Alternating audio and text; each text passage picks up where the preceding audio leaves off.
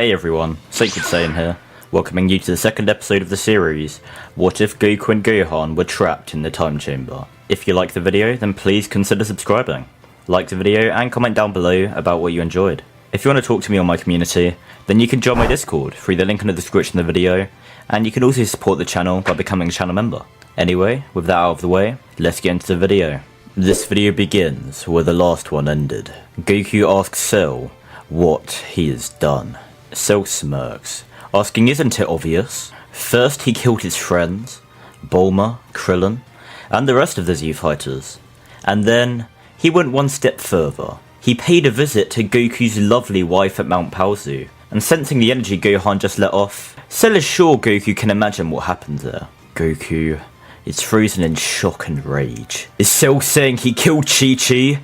Cell mockingly laughs, and says that Goku is in as dense as Jiro's data surmised. Goku is right, he did kill Chi-Chi, and her face of fear was perfect. Goku's pupils fade, his heart turning charcoal black, along with his entire bloodstream, and his skin becomes the same colour as his heart. His hair spikes up, with red streaks appearing through it, and a demonic crimson aura appears around him. The entire world distorts with the transformation, becoming darker, and ferocious lightning storms surface across the entire planet. Cell is looking at Goku, with a drop of sweat rolling down his face, but he's laughing. Yes, Goku, this is what he wanted. Show him the strength of Saiyan rage. Give him the challenge Vegeta couldn't. The creature in front of Cell just lets out a grunt. This isn't Goku anymore. It's something darker. Demonic. The anger Goku experienced, from not only the loss of all his friends, but also Chi-Chi, it was impossible to restrain. Cell appears in front of Goku, throwing a barrage of punches and kicks at Goku, but he's completely unfazed, not even being moved by the attacks whatsoever. Goku then grabs Cell by the throat with one arm, and punches a hole through his chest with the other. Cell coughing out blood, and feeling unimaginable pain, but the pain has only just begun. Goku's mouth opens, and a ball of crimson energy appears inside of it. Cell then has a terrified expression on his face, as Goku fires the beam at Cell, and the entire top half of his body disappears. The bottom half of Cell's body then falling to the floor, and Goku lets out a monstrous roar, which is heard by Gohan all the way at the remnants of Mount Paozu. Gohan is in Super Saiyan rage already, due to the death Cell caused, but Gohan can sense that Goku gained an even greater power, and even worse, he doesn't seem to be in control of it. Gohan blasts off to the lookout, appearing there at an instant. Gohan shouts his father's name, but the monster in front of him just looks at him with a face of pure, unrivaled fury. Gohan sees the remnants of Cell's body, and knows he'll need to knock some sense into his father. Gohan was 4 times stronger than Goku base to base, but Goku's transformation seems to have closed that gap in power, while Gohan is in Super Saiyan rage. The only difference being that Gohan is still in control, and he'll have to use that to his advantage. Goku appears in front of Gohan, throwing a right hook, which Gohan barely blocks, but Goku then kicks Gohan in the stomach, which pushes him back. Gohan is shocked, as it seems Goku still has his fighting prowess, which will make this a lot more difficult. Gohan and Goku rush towards each other, clashing fists, as Gohan shouts for his father to snap out of it. He knows the pain he is feeling, he feels it himself, but he can't let that pain control him. Gohan lands a jab on Goku's face, knocking his head back, but Goku then lets out a roar as he headbutts Gohan. Gohan then landing a right hook on the side of Goku's gut, but Goku then lands an uppercut, which sends Gohan into the air. Goku then appears in front of Gohan, and throws an onslaught of attacks, with Gohan blocking them all, and then kicking Goku back. Gohan then cups his hands together, powering up a Kamehameha, and saying that hopefully if he knocks his father out, it will revert him from this state. Goku then powers up a mouth beam, and fires it at Gohan. Gohan responding with his Kamehameha, and the T-beams clash with an intense magnitude. Gohan slowly being overpowered, and shouting that Goku is there to help him throughout those 14 years in the time chamber. He needs to let Gohan help him now.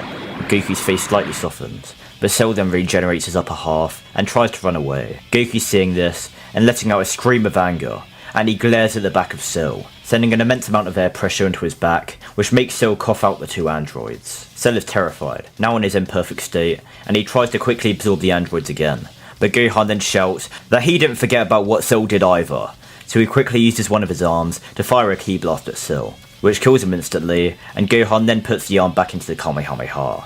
Goku is slightly calming down due to seeing the death of Cell, but he just needs a little more of a push. Gohan's beam is slowly weakening, so he quickly stops his blast, falling down so Goku's beam flies above his head, and Gohan flies under it towards Goku, uppercutting Goku to stop him from firing the beam, and Gohan then reverts to his base form and hugs his father, saying they'll get through this together. Goku's eyes widen as tears flood from them, Goku reverting to his base form and hugging Gohan back.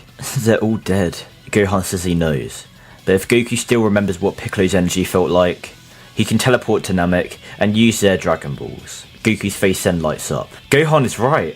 Goku puts 2 fingers to his head as he tries to remember how Piccolo's energy felt. It takes Goku a couple minutes, since it's been 14 years since he actually sensed that energy, but eventually, he finds Namek and teleports there, asking the Namekian Elder to use the Dragon Balls, and they agree. So after gathering the Dragon Balls, Goku just asks for Dende to be revived, since they can use the Earth Dragon Balls to do the rest. Once Dende is revived, him along with Shenron both appear on the lookout. Shenron never granted any wish, so he is still there. Goku appears back next to Gohan and Dende, and Goku quickly blurts out the wish to revive everyone Cell killed, Shenron granting the wish, and all the Z fighters appear back on the destroyed lookout. Dende then wishes to fix all the damage Cell caused, and the lookout is repaired, alongside all of Mount Paozu, and anything else Cell destroyed. Gohan quickly runs to Piccolo, hugging him tightly, and Goku instantly teleports to his house at Mount Paozu, opening the door and seeing Chi-Chi standing there.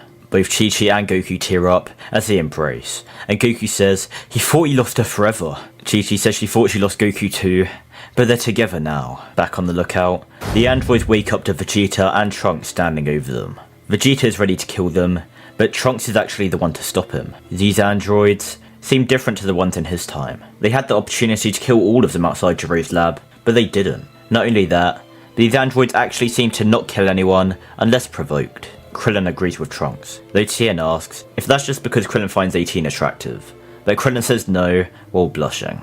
18 slightly blushes as well, but Vegeta scoffs, reluctantly letting them live, but he warns the 2 androids that if he even hears a rumour about them doing anything suspicious, he'll hunt them down and kill them both personally. Android 17 is about to get cocky, since he was absorbed by Cell before he could even see Vegeta in Super Saiyan Grade 2, but 18 stops him, saying that they need to take him seriously. 17 says fine, so the 2 androids fly off, and as they do, Krillin wishes to remove the bombs from them. 18 hearing that, and thinking that she'll have to talk to that guy again sometime. We now head to the time skip between the Cell Saga and Buu Saga. Gohan doesn't go to school, since now he's 14 years older than his canon self. They thought about wishing for Gohan to be younger again, but mentally, he'd still be the same age, so they decided against it.